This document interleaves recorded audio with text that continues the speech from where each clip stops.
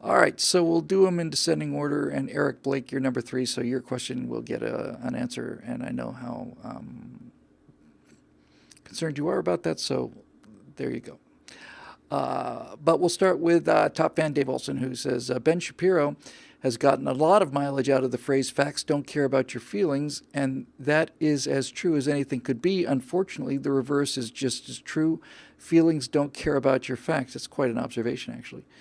Try arguing limited government supply side economics, or if it's otherwise known, economics, clever, with a big state Keynesian. So, since we have the facts so solidly on our side, how do we make the feelings argument, which seems to be the better way to win? I'm not going to spend a lot of time on this, Dave, because this is a subject that I've talked about so many times.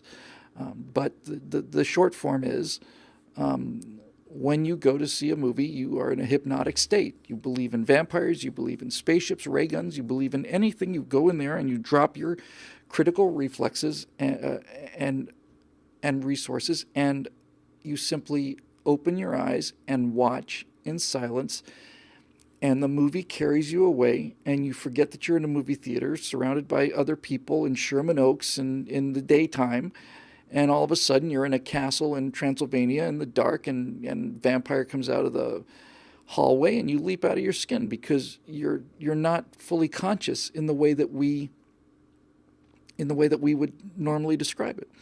It's the same thing when you watch a TV show. And it's the same thing when you play a video game as well. When you watch a TV show at home, you're watching Friends. You're not in your home. You're in their home. You're in their apartment with them. That's where your consciousness is located.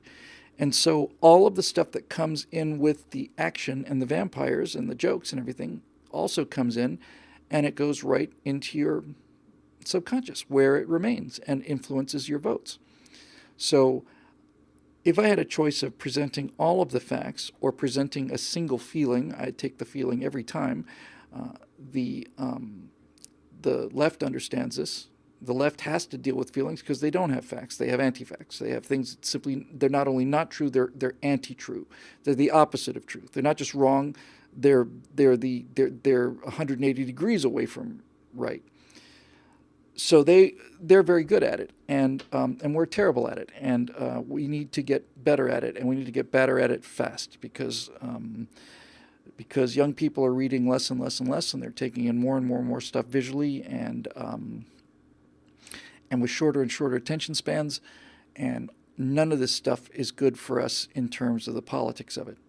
So, as I've said before, the reason I'm so up on this video game thing is I like the idea of taking the adventure of the Constitution and the whole founding experience and the whole idea of a country and a republic, and instead of having it be a 250-year-old idea, I'm going to set it 1,000 years in the future, and we're going to make it something that's coming, not something that was. And that is enormously important. I don't mean to cut your question short, but I've just dealt with this many times before, so hopefully that'll answer your question here.